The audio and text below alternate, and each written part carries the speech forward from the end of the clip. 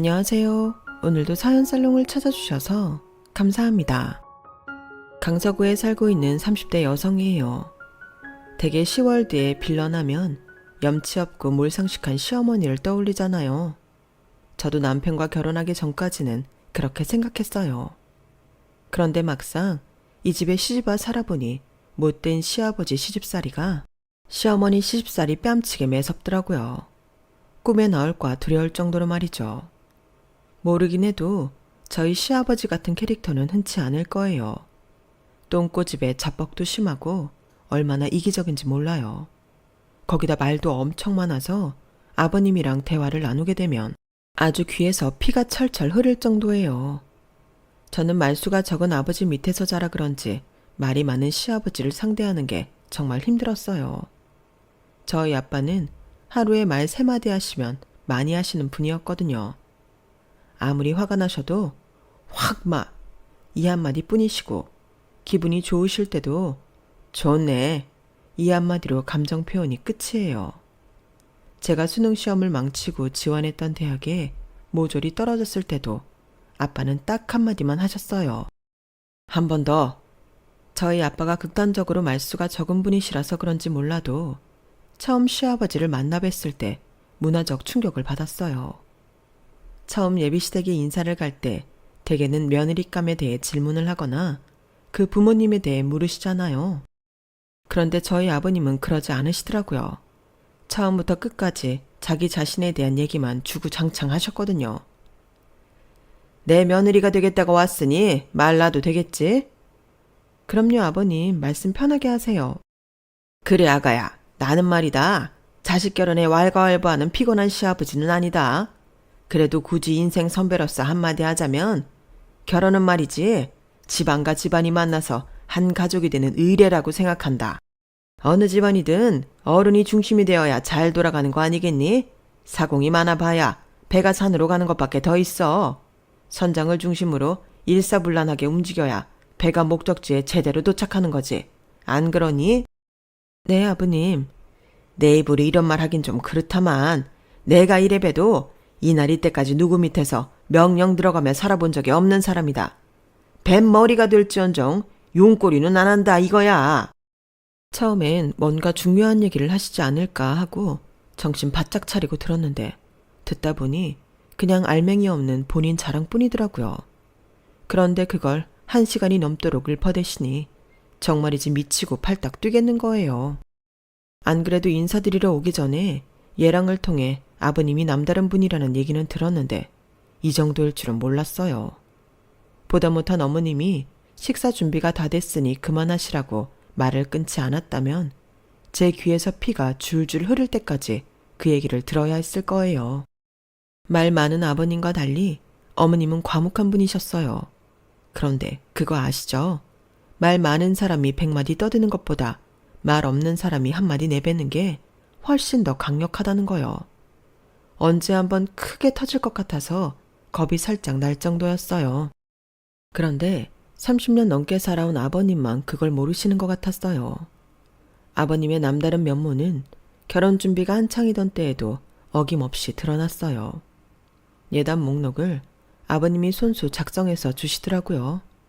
그런데 그 예단 목록이라는 게 참 어이가 없더라고요. 자기야, 아버님이 주신 예단 목록 말이야. 정말 이렇게 해와도 되는 거야? 골프채 세트에 낚싯대 세트, 거기다 최고급 비자나무 바둑판이라니. 이거 정말 결혼 예단 맞아? 전부 아버님이 쓰실 거 아니야? 그러자 예랑이 한숨을 푹 쉬고는 그러는 거예요. 아, 아버지 정말. 자기도 봐서 알겠지만 우리 아버지가 좀 이기적이셔. 무력도 많으시고. 안 그래도 예단 문제로 어머니랑 다투셨던 모양인데 결국엔 아버지 뜻대로 목록을 꾸리셨나 보네. 내가 집에 가서 말씀드릴 테니까 일단 기다려줘. 예단 목록에 적힌 건 앞에 말한 것들뿐만이 아니었어요. 맞춤 정장에 유명 브랜드 선글라스, 하다하다 차박용 텐트까지 있었거든요. 한마디로 자식 결혼을 핑계 삼아 평소 자신이 가지고 싶었던 것들을 몽땅 챙기려는 속셈이었죠. 남편이 집에 가서 뭐라고 했는지 모르겠지만 이튿날 새로 작성된 목록이 제 톡으로 왔어요. 처음에 주셨던 목록에 비해 많이 줄긴 했지만 여전히 아버님 걸로 보이는 것들이 반 이상을 차지하더군요. 저희 아빠는 그 목록을 보시고는 아무 말씀도 하지 않으셨어요. 엄마만 옆에서 푹푹대며 열을 내셨죠. 아니, 자기 아들이 의사나 판검사쯤 되는 줄 착각하는 거 아니야?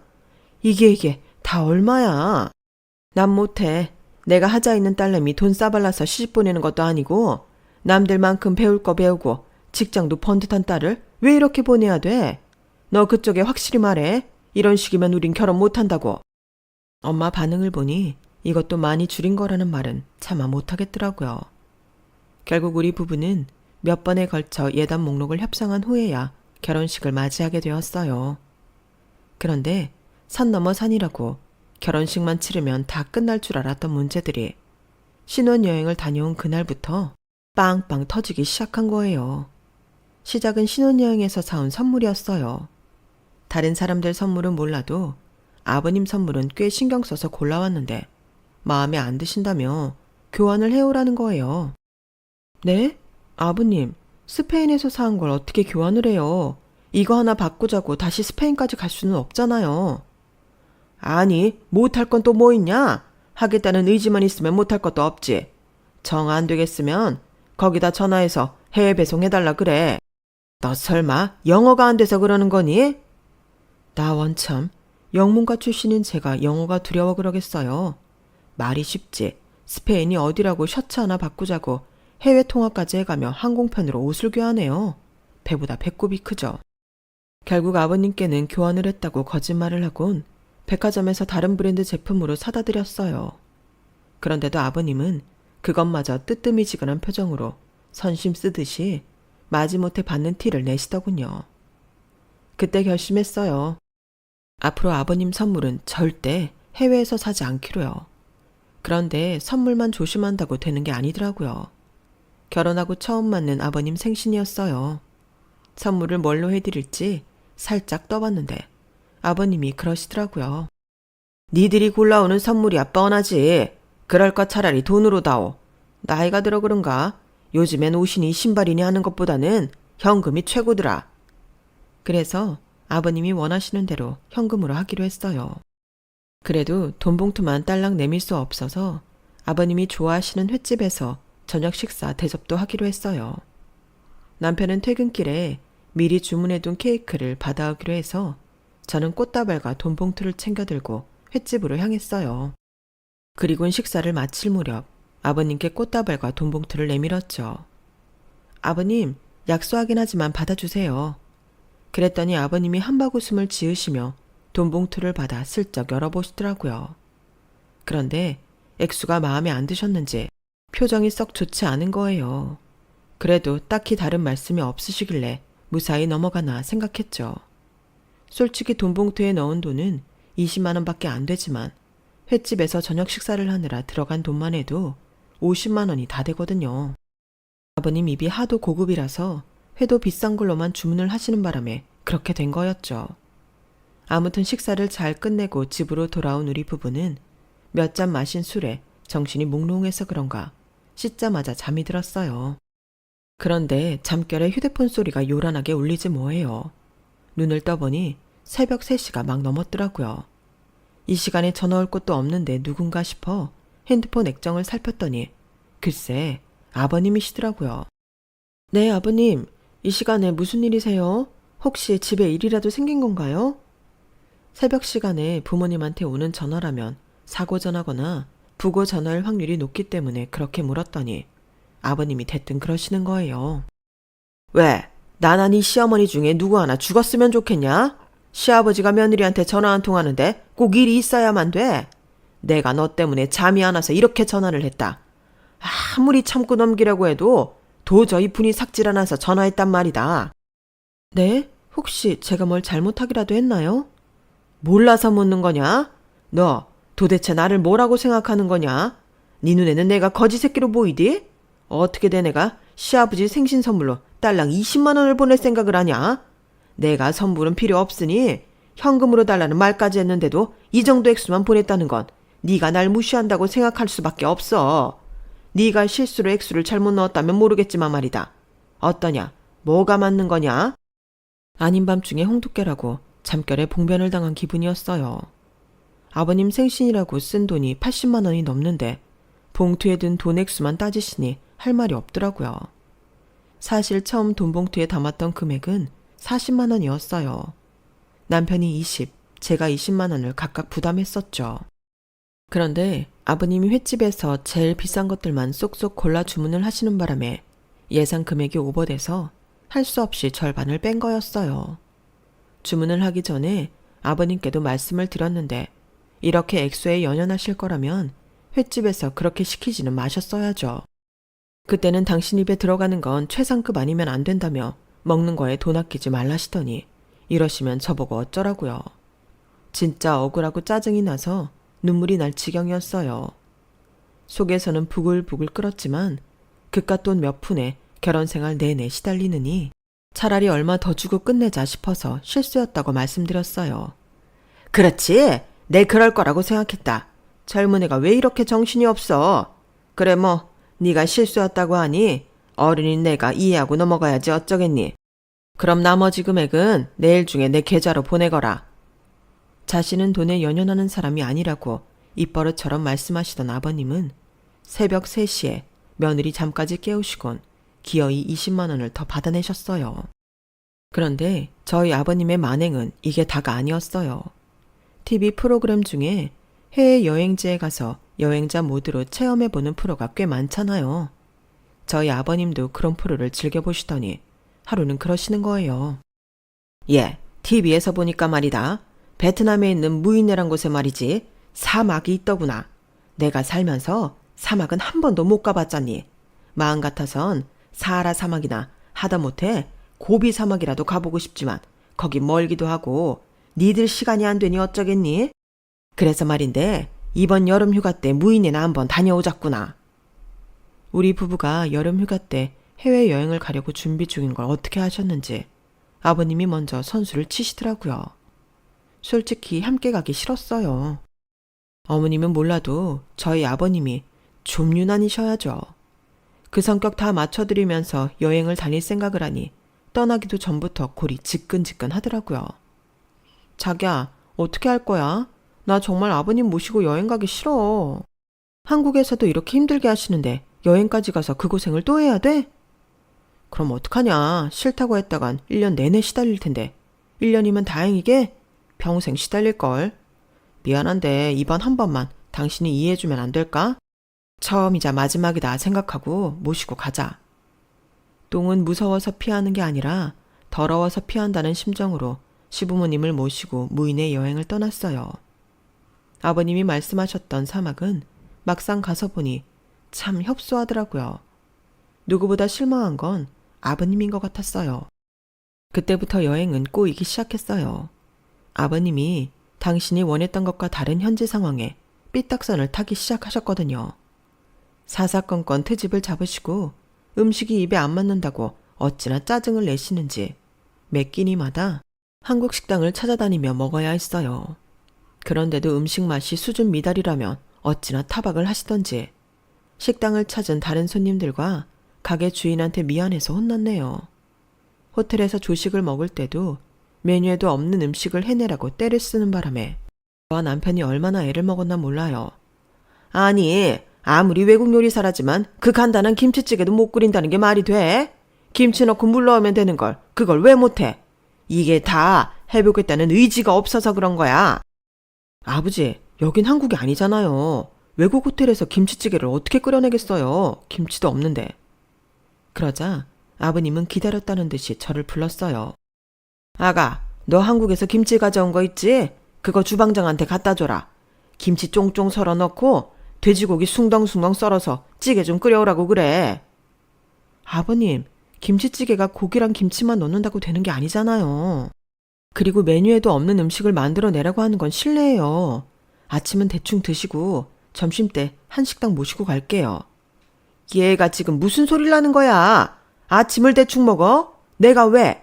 이날이 때까지 난 아침을 거른 적도 없고 빵 쪼가리로 대충 때운 적은 더더욱 없어. 잔말 말고 내가 시키는 대로 해. 목청은 또 어찌나 크신지 식당 내에 있는 투숙객들이 다들 저희 테이블을 쳐다봤어요. 더는 주변에 민폐를 끼칠 수 없어서 우리 부부는 시부모님을 모시고 서둘러 방으로 돌아왔어요. 그리곤 일찍 문을 여는 한식당을 찾느라 아침부터 쌩 난리를 쳤죠. 거기다 최악인 건 무인의 여행 내내 아버님이 현지 사람들한테 한국어로 반말을 찍찍해다며 무식한 것들이라는 둥, 못 사는 나라라는 둥 해서는 안 되는 말씀도 서슴지 않고 하셨다는 거예요. 저는 3박 4일 동안 여행을 마치고 인천공항에 도착하자마자 그동안 참았던 눈물이 터져버렸어요. 그리곤 속으로 다짐을 했죠. 아버님이랑은 절대로 여행을 떠나지 않겠다고요. 특히 해외로는요. 아버님이 이런 추태를 부리는 내내 어머님은 입을 꾹 다문 채 마치 해탈한 사람처럼 행동하셨어요. 30년 넘게 아버님 같은 사람이랑 살면서 얼마나 많은 고초를 겪었을지 어머님의 초연한 태도를 보고 어느 정도 짐작할 수 있겠더라고요.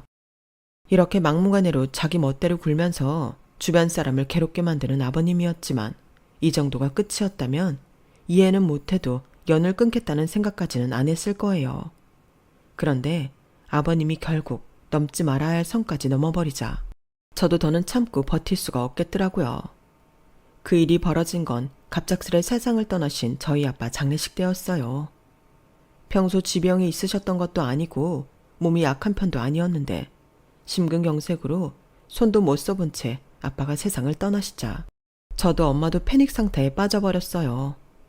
무슨 정신으로 장례를 치렀는지도 모를 정도였는데 아버님 때문에 정신이 번쩍 들게 된 거예요.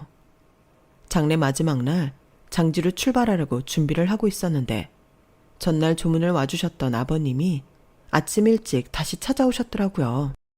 평소 자신밖에 모르는 아나 무인이기는 하지만 그래도 부모를 잃은 며느리한테 따뜻한 위로라도 해주시려고 다시 오셨나 했죠. 그런데 글쎄 저를 보자마자 이러시지 뭐예요. 아가, 네가 경황이 없는 건 알겠다만 그래도 지금이 아니면 안 될 것 같아서 내가 널 불렀다. 실은 말이다. 내가 어제 조의금으로 10만 원을 냈는데 말이다. 아무리 생각해도 돈을 돌려받아야 할 것 같단 말이지. 순간 제가 잘못 들었나 했어요. 다른 것도 아니고 조의금을 돌려받다뇨. 그것도 사돈 장례식에서 말이에요. 그게 무슨 말씀이세요? 그게 말이다. 이걸 말을 해야 하나 말아야 하나 한참 고민했다만 어차피 나중에라도 알게 될 거 솔직하게 말하는 게 좋겠다 싶어 말하는 거다. 여기 장례식장 음식이 말이야. 영 입에 안 맞지 뭐냐. 먹을 때부터 찜찜하다 생각을 했는데 그래서 그런가 집에 돌아가서도 속이 더부룩한 게 영 소화가 안 되더란 말이지. 너도 알다시피 내 입이 좀 고급이니? 그래도 사돈 장례식인데 참고 넘어갈까 생각했다만 밤새도록 생각해봐도 도저히 그냥 넘어갈 수는 없겠더라고. 그래서 말인데 다 돌려받으면 나도 면이 안 서니까 절반만 돌려다오. 내가 조의금으로 10만 원을 냈으니 절반인 5만 원만 돌려다오. 여러분은 이 상황이 이해가 되시나요? 저는 정말이지 너무 기가 막혀서 말도 제대로 안 나올 정도였어요. 혹시 아버님이 장난으로 이러시나 싶기도 했지만 그 표정이 너무 진지한 게 절대 장난이 아니더라고요. 아버님, 지금 그게 부모 잃은 며느리한테 할 말씀이세요? 다른 날도 아니고 제 아버지 발인날에 찾아와 할 정도로 이게 그렇게 중차대한 일이냐고요. 저요, 지금까지 아버님이 말도 안 되는 행동으로 저를 힘들게 하셨어도 그래도 어떻게든 이해하려고 노력해 왔어요. 이러니 저러니 해도 제 남편을 낳아주신 부모님이니까요. 그런데 어쩜 끝까지 이런 식이세요? 저도 더는 못 참겠어요. 이번 일은 도저히 그냥 못 넘어가겠다고요. 아버님은 상대에 대한 최소한의 배려심도 없으세요? 어떻게 이런 와중에 그깟 돈 몇 푼 받아내자고 장례식장까지 찾아와 사람을 괴롭히시냐고요. 남이라도 이렇게는 안 해요. 철없는 초등학생도 이 정도로 사리분별 못하고 살진 않는다고요. 조의금 10만 원 내셨다고요?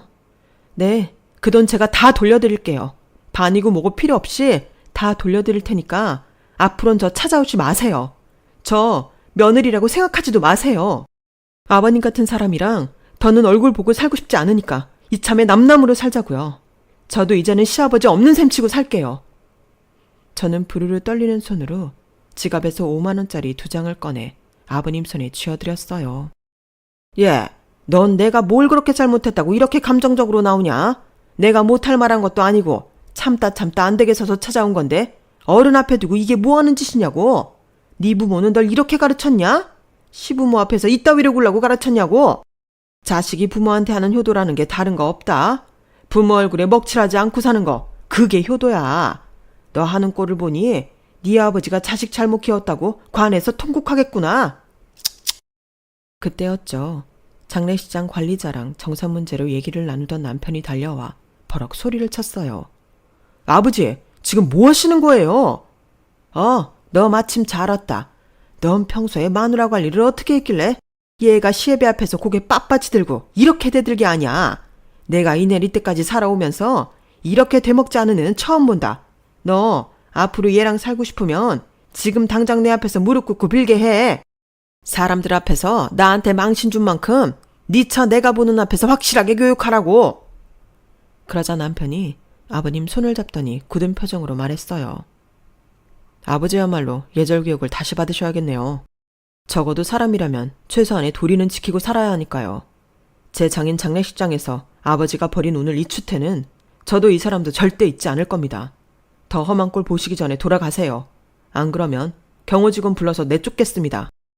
그 말에 아버님은 입을 떡 벌리곤 급기야 자기가 자식을 잘못 키워 이런 꼴을 당한다며 고래고래 소리를 질렀어요.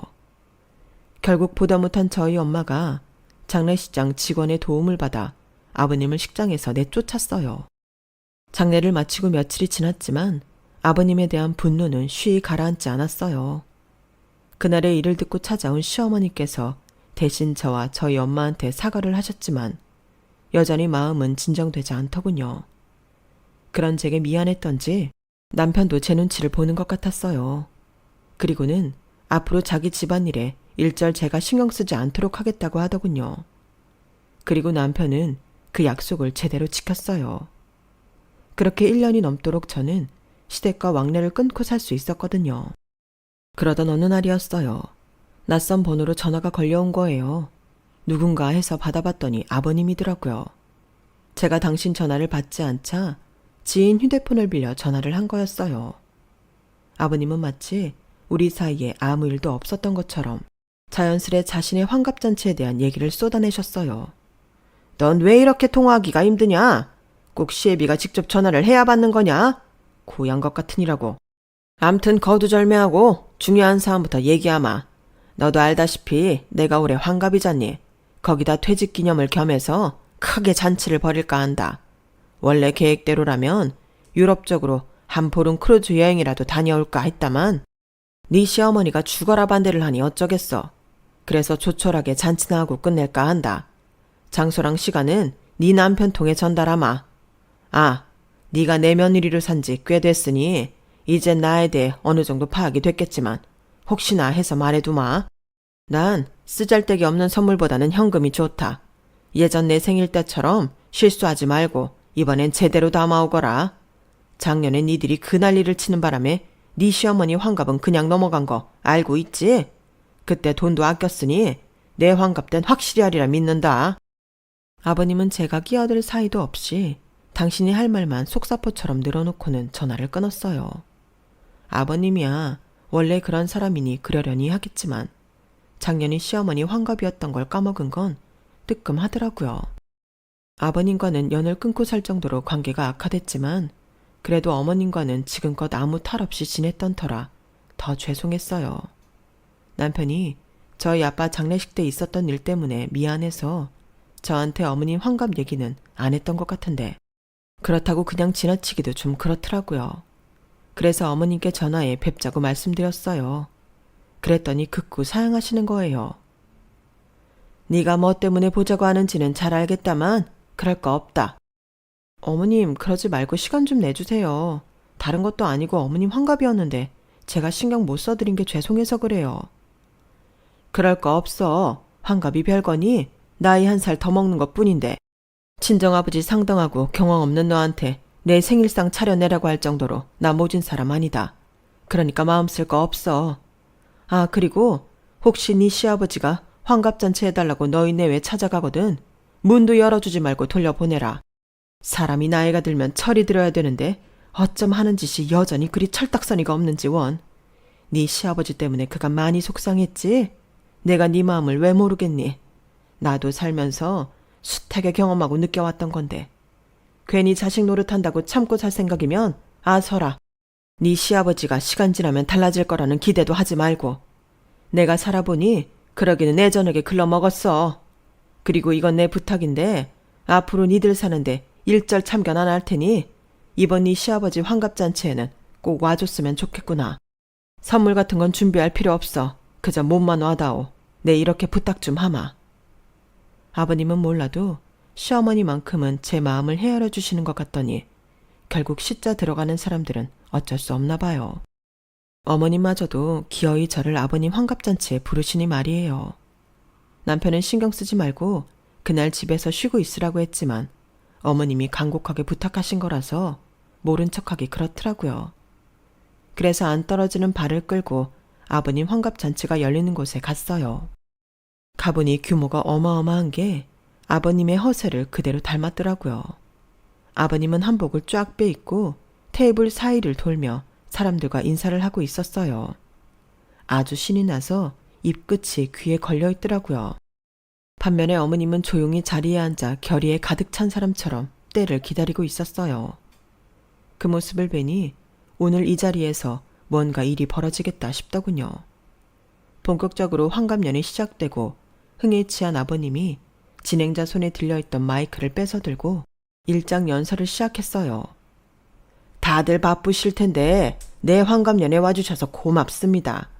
이날 이때까지 살면서 참 우여곡절이 많았어요.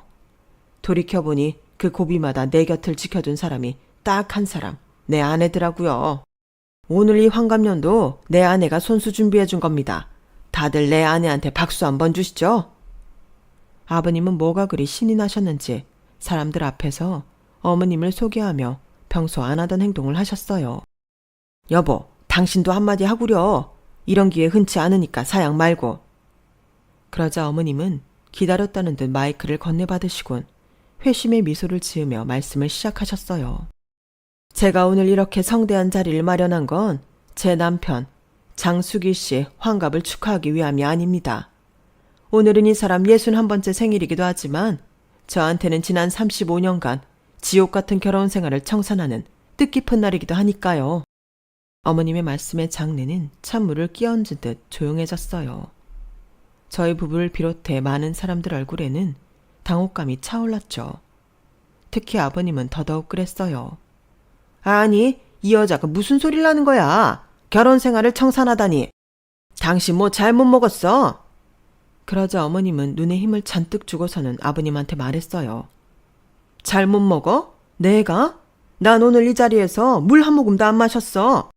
지긋지긋하고 구역질 나는 당신 같은 인간 옆에선 사내 진미도 음식물 쓰레기처럼 느껴지거든. 환갑잔치? 그런 건 인생을 잘 산 사람들이나 하는 거지. 당신처럼 개차반 같은 인간을 위해 하는 게 아니야. 지 주둥이에 들어가는 것만 생각하고 남의 아픔은 안중에도 없는 인간이 뭘 잘했다고 환갑년을 열어.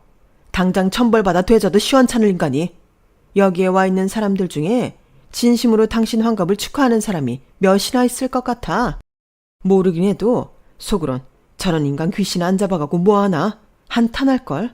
그동안 살면서 당신이 벌어다주는 월급 받아 생활할 때마다 더럽고 치사했지만 오늘까지 꾹 참고 살았던 건 네 놈이 가장 볼품 없어졌을 때 버리려고 때를 기다렸기 때문이야. 이젠 직장에서도 내쳐지고 오라는 곳도 없는 네 놈 꼴을 보니 얼마나 다행스럽던지. TV에서 보니 일본 여자들은 남편이 퇴직하는 날을 손꼽아 기다린다더라. 연금 나눠받고 이혼하려고. 그걸 보고 저거다 싶었지. 변호사 사무실에 가서 물어봤더니 이혼을 해도 앞으로 나올 니놈 연금 절반은 내가 받을 수 있다고 하더라. 그깟 연금 받아봐야 그동안 너 같은 놈이랑 살아온 내 인생이 보상되지는 않겠지만 어쩌겠어. 그래도 돈 욕심 많은 니놈한테 제대로 엿먹이기엔 안성맞춤이다 싶어서 이참에 이혼하려고 그런다. 그러니까 오늘 이 자리는 니놈 환갑년을 축하하는 자리가 아니라 니놈한테서 해방되는 나를 위한 축하연이다 이 말이야. 자, 이거나 받아. 어머님은 아버님 손에 두툼한 봉투를 건넸어요. 봉투를 열어본 아버님은 얼굴이 사색이 되고 말았죠. 거기에는 이혼 서류와 더불어 어머님이 요구하는 재산 분할 목록이 빽빽하게 적혀 있었거든요. 이 여편네가 미쳤나? 내가 이걸 왜 줘? 내가 뼈 빠지게 번 걸. 왜 집구석에서 놀고 먹어 너한테 주냐고. 난 못 줘. 10원 한 푼 못 주니까 이혼을 하려고도 맨몸으로 나가. 아버님은 입에 거품을 물고 꾀꾀거리셨지만 내심 알고 있었을 거예요. 어머님이 이혼 소송을 하는 순간 영락없이 어머님 요구대로 뺏기게 될 거란 사실을요. 결국 그날 아버님은 뒷목을 잡고 쓰러지셨고 구급차에 실려가는 걸로 환갑년은 끝이 났어요. 나를 가장 필요로 할 때 손을 놓겠다는 생각으로 아버님과의 결혼 생활을 이어오신 어머님은 이렇게 제대로 한 방 날리시곤 이혼을 하셨어요. 가기 싫은 아버님 환갑년에 굳이 저를 부르신 어머님 덕분에 저는 본의 아니게 대리 복수를 할 수 있었어요. 그 점에 대해서는 어머님께 감사드릴 뿐이죠. 집도 땅도 심지어 매달 나오는 연금까지도 반띵을 하게 된 아버님은 화병으로 자리에 누우셨지만 아버님 곁에는 그 누구도 남지 않았어요. 아내도 자식도 심지어 형제들까지도요. 베푼 거 없이 남한테 뺏고만 살았으니 당연한 결과죠. 이래서 사람은 베풀면서 살아야 한다고 하나 봐요. 이참에 아버님도 당신이 얼마나 인생을 잘못 살았는지 깨닫기를 바랄 뿐입니다. 지금까지 제 사연을 들어주셔서 감사합니다. 소중한 가족들과 좋은 일만 많으시길 바랍니다. 여러분, 사연 댓글에 응원과 현명한 조언 부탁드려요. 좋아요와 구독은 저에게 큰 힘이 됩니다. 오늘도 좋은 일 가득하세요.